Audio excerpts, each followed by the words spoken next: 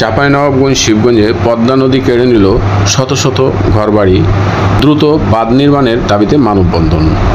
চাঁপাইনবাবগঞ্জের শিবগঞ্জে ভয়াবহ নদী ভাঙনের রোধে জরুরি ব্যবস্থা নিতে মানববন্ধন করেছেন নদী ভাঙনের ক্ষতিগ্রস্ত স্থানীয় জনতা। উপজেলার দুলভপুর ইউনিয়নের নবজগন্নাথপুর ফিল্ডবাজার এলাকায় মানববন্ধনের দাবি আদায়ের স্লোগান সম্বলিত নানা ধরনের ব্যানার হাতে নিয়ে স্থানীয় কৃষক, জেলে ও ব্যবসায়ী সহ সর্বস্তরের জনসাধারণ অংশ নেন।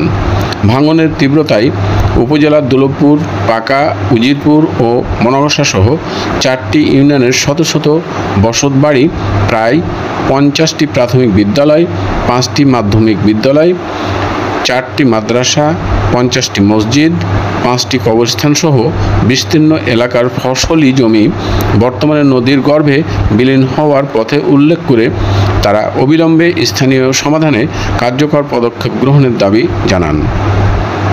প্রতিদিনই বসতভিটা, ফসলি জমি, শিক্ষা প্রতিষ্ঠান ও স্থানীয় স্থাপনা নদীতে বিলীন হয়ে যাচ্ছে। মানববন্ধনে বক্তারা বলেন, পদ্মা নদীর ভাঙনে শিবগঞ্জ উপজেলার 4টি ইউনিয়নের বিস্তীর্ণ এলাকার ফসলি জমি, মসজিদ, শিক্ষা প্রতিষ্ঠান ইতিমধ্যে নদীগর্ভে বিলীন হয়ে গেছে।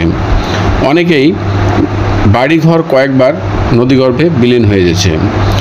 হুমকির মুখে পড়েছে আরও শত শত বসতভিটা।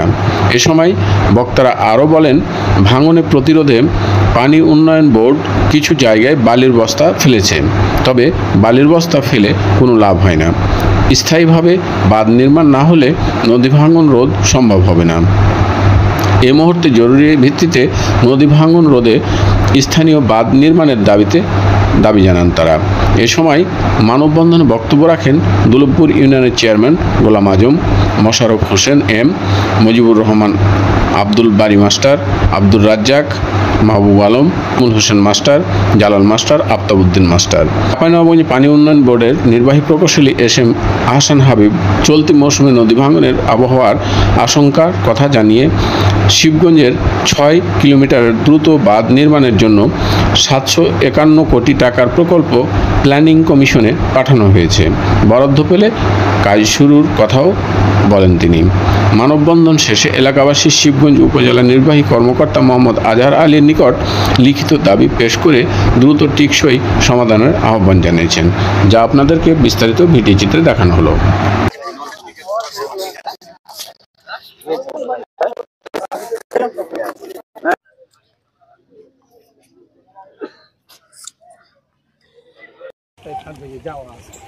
ভালো নাই কিছু করে না, বুলবুলি মানে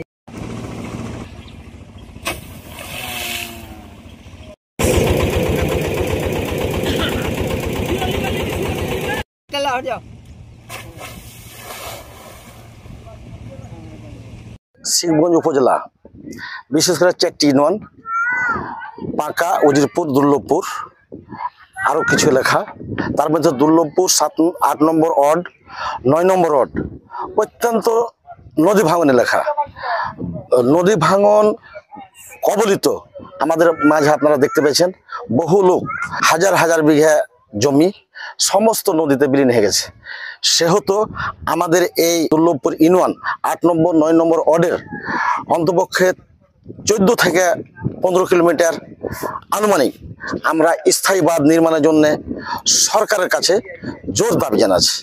আপনারা দয়া করে আমাদের এই বন্যা নদী ভাঙন কবলিত এলাকায় বাঁধ যদি আপনারা না দেন, তাহলে এখানকার সামনে যতগুলা স্কুল, কলেজ, মাদ্রাসা সব কিছু বিলীন হয়ে যাবে।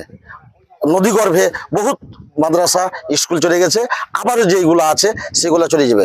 সেহেতু সরকারের কাছে আমাদের জোর দাবি যে আপনারা আমাদের এই নদী ভাঙন বাঁধ অতি দ্রুত আপনারা সমাধান দিবে। আমি মোহাম্মদ শরীফুল ইসলাম, আমার বাড়ি এই এলাকায়। চাঁপাইনবাবগঞ্জ জেলার শিবগঞ্জ উপজেলার 4টি ইউনিয়ন, বিশেষ করে 4টি ইউনিয়নের নদী ভাঙনের অবস্থা পদ্মায় এমন অবস্থা হয়েছে এবার যে প্রায় 1 কিলোমিটার নদী ভাঙনের ফলে আমাদের এখানে বেশ কয়েকটি ওয়ার্ড, 4টি ইউনিয়নের বেশ কয়েকটি ওয়ার্ড অলরেডি বিলীন হয়ে গেছে। এখানে বিস্তীর্ণ এলাকার বসতবাড়ি এবং আবাদি জমি অলরেডি আমাদের মানচিত্র থেকে হারিয়ে গেছে। আগামীতে সরকার যদি এই বন্যার মধ্যেই স্থায়ী বাঁধ প্রকল্পের আওতায় না নিয়ে আসতে পারেন, তাহলে আমাদের এই চাঁপাইনবাবগঞ্জ শিবগঞ্জ উপজেলার এই 4টি ইউনিয়নের অনেক এলাকা আমাদের এই মানচিত্র থেকে হারিয়ে যাবে এবং এলাকার মানুষ অনেক ক্ষতিগ্রস্ত হবে। 4টি ইউনিয়নের এই নদী ভাঙন রোধ করতে গেলে এখানে প্রায় 14 থেকে 15 কিলোমিটার স্থায়ী বাঁধ দরকার। তাহলে আমাদের এই উপজেলার যে বাঁধ নির্মাণ হলে আমাদের এটা নদী ভাঙন রোধ হবে।